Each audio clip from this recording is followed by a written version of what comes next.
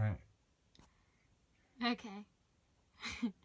So I'm laughing because I was just saying, Mitchell, I want to do this scene of having an inner critic, and he goes and grabs his phone. It's like, let's videotape this. And I was like, no. And he's like, it's going to be good. I was like, it's not even going to be that good. And then I realized So I set the phone down was first. my inner critic. Yeah, and then I picked the phone back up. Yeah. So anyway, I just want to explore this thought, and I want your feedback on it too. So this inner critic is it critic? Inner critic, whatever. This thing that is always critiquing us, right? And so it's like, the way that I look at it is we have all these little different voices in our head, right? But they're just like so there that we don't even realize they're there.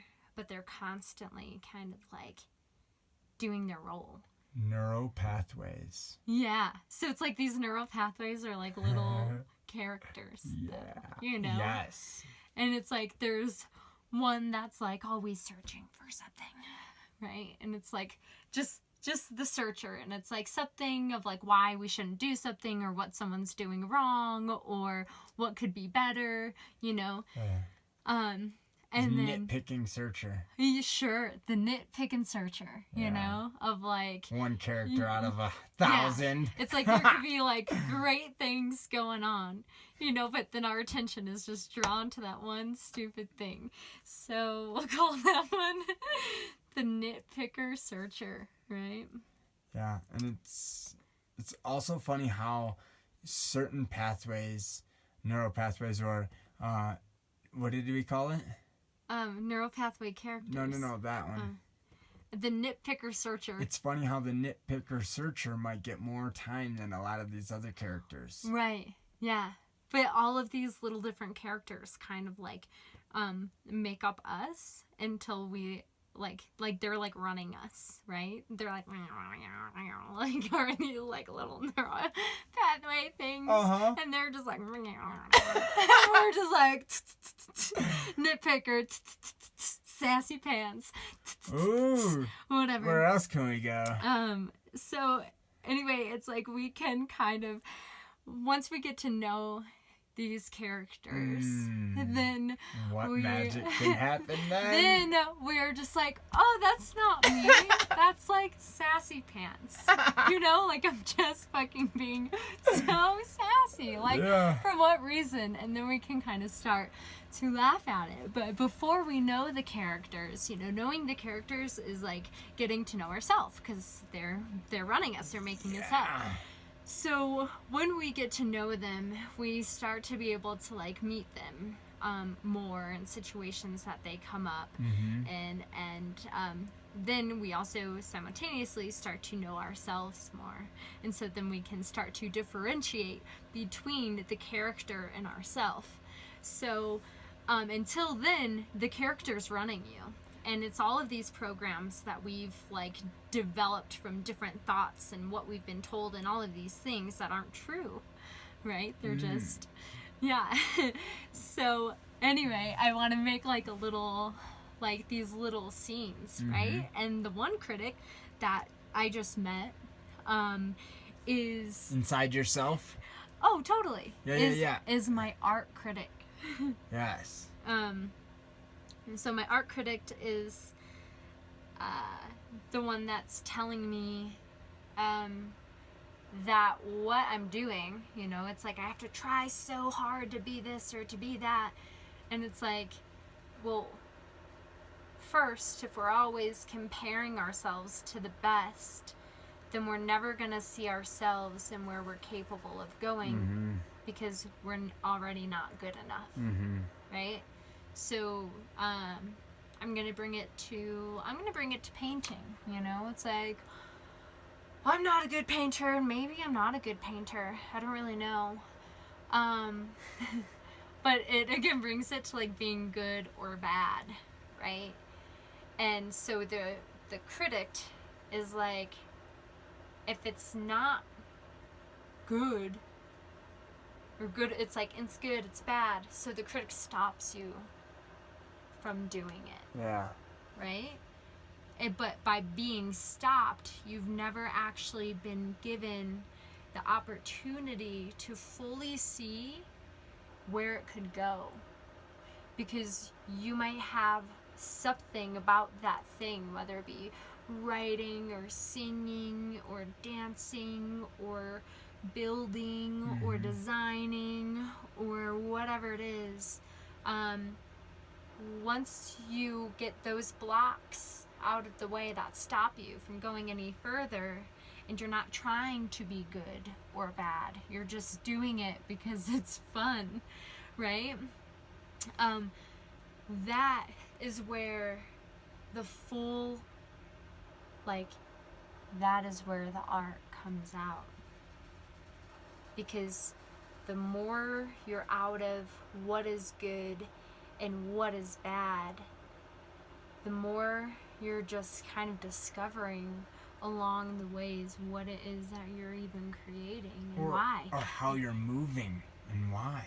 Yeah, so everything becomes this art movement. Even the magnificence of yourself. It's like... So then maybe in that case it changes the way we see and changes the way we see ourselves. So bringing it back, art. Right? Because this just like went so far around. But bringing it back, I guess, the thing that I'm telling you is I want to create these little scenes and have these little characters. And the characters are like playing out this person. And then as they start to defeat the characters, they start to find who they really are and their color and their art and their imprint on the world. It'd be like a movie like Wizard of Oz. Yeah. But like you meet all these characters along your travel and they're all a part of you. And you either befriend them or fight them or something like... So, okay, ready? Yeah. But that is how I think our subconscious actually works, right? Yes. So it's like we're in this reality, and what we're doing is we're actually testing to see what beliefs are true and not true. So we have all of these ideas and thoughts, and they manifest themselves in people. Or actually, it's like these people have like heard or said things that then create thoughts in our subconscious in which we play out our whole life, and then we test to see which ones are true, and that's how we find our true self.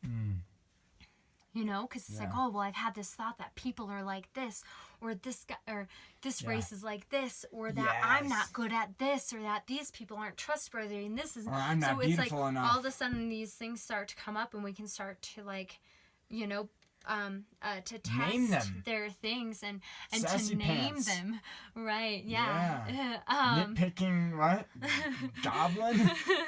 Nitpicking searcher. Nitpicking you know? searcher. Yeah, that one's like you know, it's like we all have the drill sergeant, right? Yeah. That's just like way too hard on ourselves, and yeah. Do you want to? So I was just gonna say, that. Do you want to like maybe read that? Poem? Sure, it's a little scratchy, but I can, and I just want to say, because I witnessed you writing poetry without ever editing it, I said I'm gonna write a poem and not really edit it. Yeah. So it was my best to not go back and actually change it. Nice. I'm not an artist. I thought I don't know poetry. I'm not a singer. I don't sound like a star. But what if underneath the critique was a light that was bright, shiny, and sleek? A realization, a spark, a remembrance of some sort. I may not know poetry, but poetry knows me. I am a singer, a mover of sound loud and freely. I am a star. I've just been dimmed by critique. I am an artist. The critic has just been starving the art inside of me. Aha. I think I'll share. so the world can see.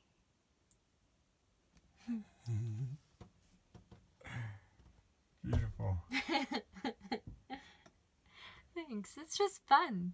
You know? I was like, I'm just going to write one for shits and giggles. Yeah. And not worry about being good or bad.